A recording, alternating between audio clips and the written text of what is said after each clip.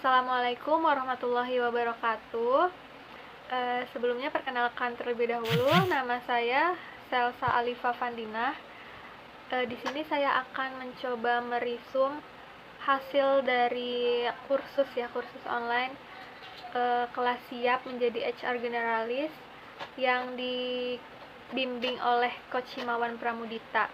Di sini saya akan menjelaskan beberapa poin yang telah dijelaskan. Yang pertama ada Introduction HR Management, lalu yang kedua ada Administration of HR Generalist, lalu yang ketiga ada Hiring and Attract Talent, lalu yang keempat ada HR Fundamental Policy, lalu yang kelima ada Basic Performance Management, dan yang terakhir ada General Affairs and Legal Aspect.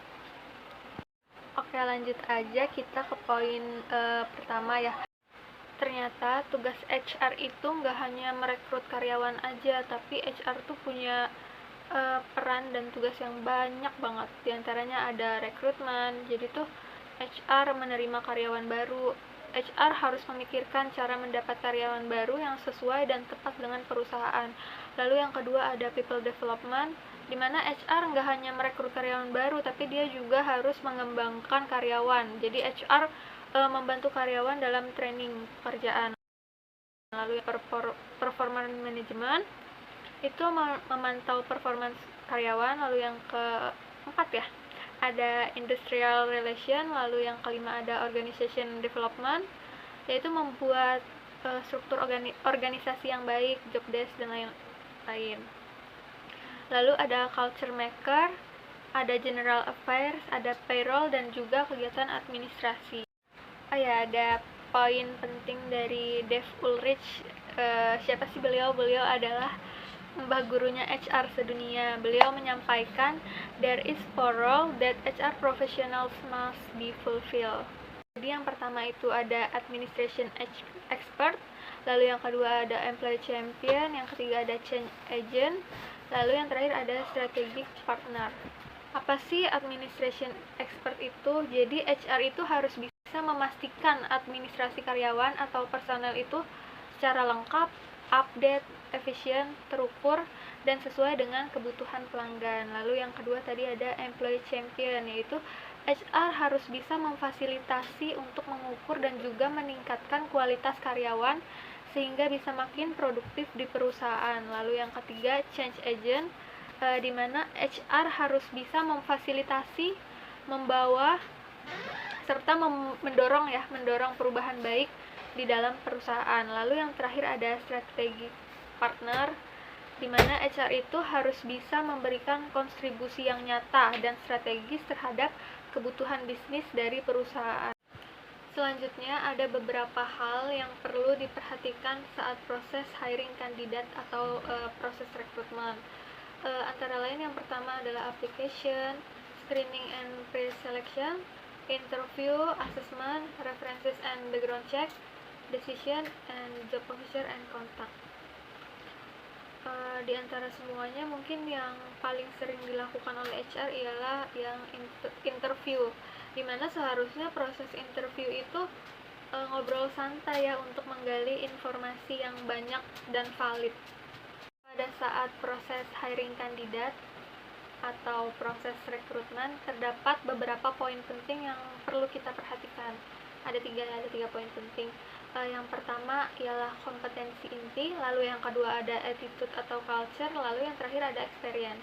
Dimana kompetensi ini merupakan skill yang terkait dengan pekerjaan yang betul-betul dikuasai oleh kandidat. Lalu yang kedua tadi ada attitude atau culture, dimana perilaku yang harus dimiliki oleh kandidat baik secara personal, profesional maupun privat.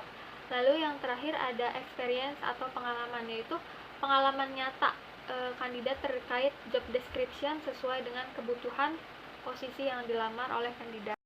Selanjutnya kita akan membahas tentang administrasi HR di perusahaan, di mana HR itu memegang 3 poin penting pada karyawan diterima, karyawan bekerja, dan juga karyawan PHK.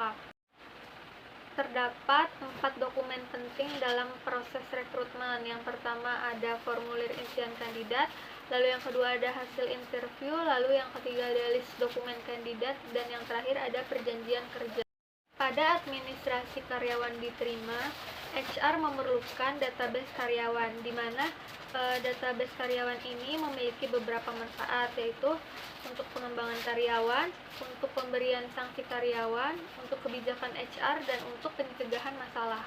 Tools yang digunakan untuk database karyawan, untuk yang gratis bisa menggunakan Google Sheets, dan juga ada yang berbayar menggunakan aplikasi Gridday atau Mokari Talenta. Pada karyawan bekerja, HR harus membuat jenis laporan absensi yang perlu dibuat. Yang pertama ada laporan kehadiran karyawan. Laporan kehadiran karyawan itu terdiri dari laporan karyawan hadir, cuti atau sakit, mangkir, dan juga keterlambatan. Lalu selanjutnya ada laporan karyawan lembur. Pada karyawan bekerja, HR juga mengurus administrasi penggajian, di mana terdapat beberapa komponen upah, yaitu upah pokok, tunjangan tetap, dan juga tunjangan tidak tetap. Dalam menghitung upah atau payroll, HR memerlukan beberapa data seperti absensi atau kehadiran, laporan lembur, dan juga potongan-potongan. Nah, potongan-potongan itu ada iuran BPJS Kesehatan, BPJS Ketenagakerjaan, ada PPh 21, terus ada denda atau ganti rugi atau hutang atau uang muka atau uang sewa, dan juga kelebihan upah. Mungkin itu saja yang dapat saya sampaikan dari kelas Siap Menjadi HR Generalis. Terima kasih. Mohon maaf apabila ada salah kata. Wassalamualaikum warahmatullahi wabarakatuh.